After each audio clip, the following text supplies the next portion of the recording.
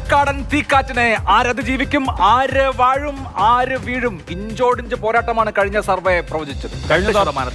2% lead A വിജയരാഘവന് CPM സ്ഥാനാർത്ഥിക്കാണ് അവിടെ ഉണ്ടായിരുന്നത് കഴിഞ്ഞ നമ്മുടെ ഒന്നാം ഘട്ട സർവേയിൽ.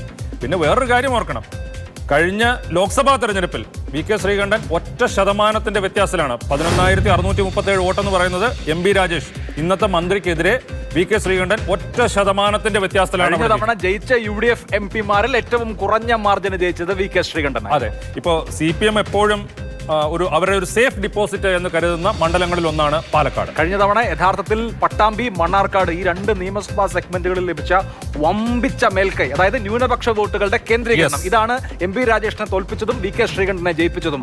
അത് അത്തരുണത്തിൽ ഈ വർഷം ഉണ്ടായില്ല എങ്കിൽ പാലക്കാട് LDF-നെ സംബന്ധിച്ച് അത്ര ബാലികേറ മലയായിട്ടുള്ള മണ്ഡലം അല്ലെന്നാണ് എനിക്ക് തോന്നുന്നത്. അഭിലാഷ്, ഇപ്പോൾ ഈ ന്യൂനപക്ഷ വോട്ടുകളുടെ ഏകീകരണം പഴയതുപോലെ കഴിഞ്ഞ തവണത്തെ പോലെ UDF-ന് അനുകൂലമായി ഉണ്ടാകില്ല എന്നാണ് പൊതുവെ കരുതുന്നത്. പാലക്കാടിന്റെ മനസ്സിൽ ആരാണ്? നോക്കാം, വരട്ടെ. Palakkad A Vijayaraghavan 40, VK Sreekandan 38, C Krishnakumar 19. 2% വ്യത്യാസം മാത്രം.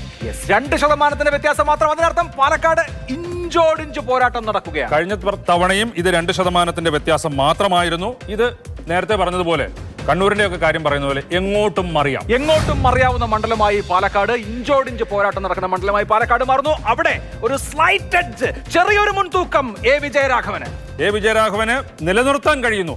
നമ്മളുടെ ഒന്നാം ഘട്ട സർവേ ഫലത്തിനോടൊപ്പം തന്നെ അതുപോലെ തന്നെ ഇത്തവണയും എ വിജയരാഘവന് ആ ഒരു എഡ്ജ്, വളരെ തിന്നായിട്ടുള്ള ഒരു എഡ്ജ് നിലനിർത്താൻ കഴിയുന്നുണ്ട് എന്നുള്ളതാണ് പറയാൻ കഴിയുന്നത്. കടുത്ത മത്സരം, കനത്ത മത്സരം പാലക്കാട്. ആ മത്സരത്തിൽ ഒരു അല്പം മുൻപിൽ എ വിജയരാഘവനാണ്. 2 പോയിന്റിന്റെ വ്യത്യാസത്തിൽ VK ശ്രീകണ്ഠനേക്കാൾ എ വിജയരാഘവൻ ലീഡ് ചെയ്യുന്നു എന്നാണ് P-Mark Mathrubhumi news opinion Paul പറയുന്നത്. ഇനിയുമുണ്ട് 12 ദിവസം, വേണമെങ്കിൽ ശ്രീകണ്ഠനെ മേക്കപ്പ് ചെയ്യാം. ഇഞ്ചോടിഞ്ചാണിത്. ഒരു പക്ഷേ അന്തരീക്ഷത്തിലെ ചൂടിനേക്കാൾ കൂടുതൽ രാഷ്ട്രീയ ചൂട് ഉയരും എന്നുള്ളത് വേണം പാലക്കാട് ഇപ്പോഴത്തെ സ്ഥിതിയിൽ നിന്ന് മനസ്സിലാക്കാം.